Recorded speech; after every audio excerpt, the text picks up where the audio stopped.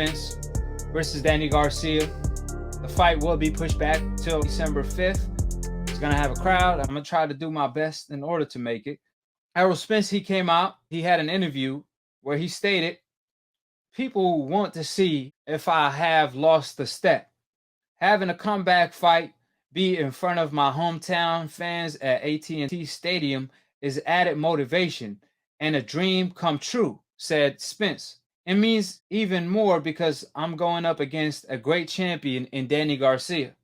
I know people are looking out to see if I have lost a step or won't be at my best, but I'm 100% focused and everything is on point in training camp, said Spence. I just can't wait to go out there on December 5th and put on a show. So first of all, man, shout out to Errol Spence, the truth, for operating like the truth, coming back against a very dangerous opponent like Danny Garcia after surviving a car crash in a miracle way. I think a lot of people are not giving Errol Spence the respect he deserved for doing so. I mean, I wanted him to take a tune-up. You know what I'm saying? A lot of people did. However, he said tune-up. Danny Garcia, my tune-up. I think a lot of people forgetting that. So respect is earned, not given. Hater or love it, you must respect Errol Spence just for doing that alone. You know what I'm saying? Now, it seemed like Errol Spence is in the right mindset. I know there's a lot of question marks. The car accident, for one. Is Errol Spence still the same? The long layoff. Danny Garcia just had a fight against Red Catch, where Red Catch operated like Mike Tyson and bit him on his neck. However, Errol Spence, he haven't fought in more than a year. His last fight was against a classic fight against Sean Porter. But the main point is that's Errol Spence's longest layoff. His longest layoff was against Kell Brook. Before that, it was 9 months, but now it's more than a year. It's about to be like, 14 months? It's a huge layoff, to say the least. So how is that going to affect Errol Spence? Is he going to be rusty? Is he going to be the same? There's a lot of questions on the table. That's why Errol Spence just said, there's a lot of people that's going to be tuning in, wondering if I lost a step or not. But I'm looking good in training. I'm 100% focused. And that's what I love to hear, because I'm going to tell you a lot of things about Errol. One thing for sure, the miracle that he survived in the car accident is possibly the best thing that ever happened to him. Now, I know a lot of people be like, what, man, he nearly lost his life, bro. What you talking about? Trust me. Sometimes you got to go through that type of life experience to change your perspective on certain things. Sometimes you don't appreciate certain things. And Errol Spence, like I said, he was going at the wrong path. After the car accident, he realized what he had. He looked at his daughter, he looked at his kids, and he was like, man, I got a lot of responsibility to be out here acting like a fool. Even if I got money, even if I never have fun like that, because I'm always training 100%. Now I'm actually having fun on my free time. There's nothing wrong with that.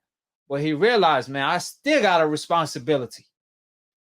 So he got him back focused 100%. And he stated before, he said the last time he was really that focused and training and not blowing up in weight was against Lamar Pearson. But since then, he haven't been doing that. And against Mikey Garcia, he was 190 pounds. Against Sean Porter, he was 190 pounds. He had to lose 50 pounds.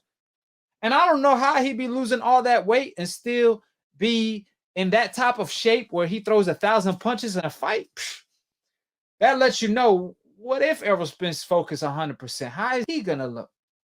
So that's the good part about it, is the fact that, we got to look at it from a positive side, which is Errol Spence is 100% focused. So the best Errol Spence is going to come to the table when it comes to his dedication level, his focus, and his conditioning level. Your health is your wealth, and you cannot abuse your body as an athlete. Andre Ward said time and time again, I will never let a fighter that smoke or drink beat me. And Errol Spence started realizing that, man. Terrence out here busting his ass off, and I'm over here abusing my body. Oh, no, I got to get back in shape. You know what I'm saying? So I'm loving that. That's one. Second of all, I truly believe in the Most High. Everything is for a purpose. And I just can't see Errol Spence surviving the miracle way and just having an accident against Danny Garcia. I just don't see that. You know what I'm saying? I truly believe Errol Spence is going to show in and show out. If he's still the same, inshallah, I think he's going to go right through Danny Garcia. You know what I'm saying? And it's going to be a good fight either way. So, like I said before, when it comes to the layoff, obviously he might have a ring rust issue. He's going to be rusty, but that gave him a good time to recover. I'd rather have him wait a long time than just jump back right in the ring. So him fighting Danny Garcia is actually a good thing to me. Having a long layoff after the car accident, that helped him recover because he did dive in head first on concrete. I remember one of my cousins in Yemen, we were having fun. I remember, I will never forget that day. It was crushing to me. I was a little kid and I still remember that day. I mean, like it was yesterday. I remember my cousin was like a year or 2 years old. Back home, the roofs are not like in the United States. Back home, there's a roof that you could actually go on top of, and it's a concrete. It's basically just like a regular floor. You know what I'm saying? So we went to the roof. I think it's 2 or 3 floor building. I don't know what was my cousin thinking. He threw his ball to his little brother, like a little ball they were playing with. I think my cousin was trying to catch it. He was 2 years old, and he jumped off the building trying to catch the ball. Now, he dived in from a 2-floor building all the way to a concrete head first.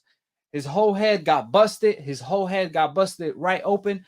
Man, I thought my cousin lost his life.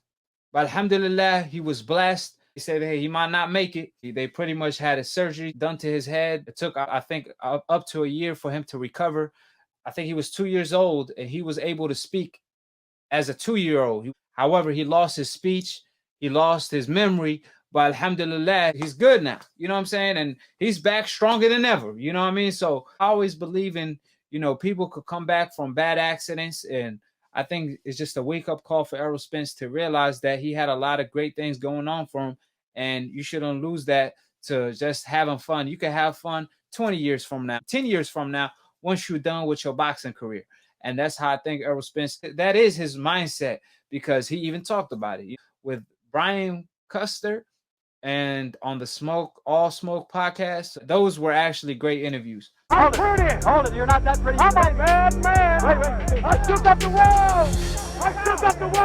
I shook up the wall. I bear witness, there's only one God, Allah, and Muhammad is his final messenger.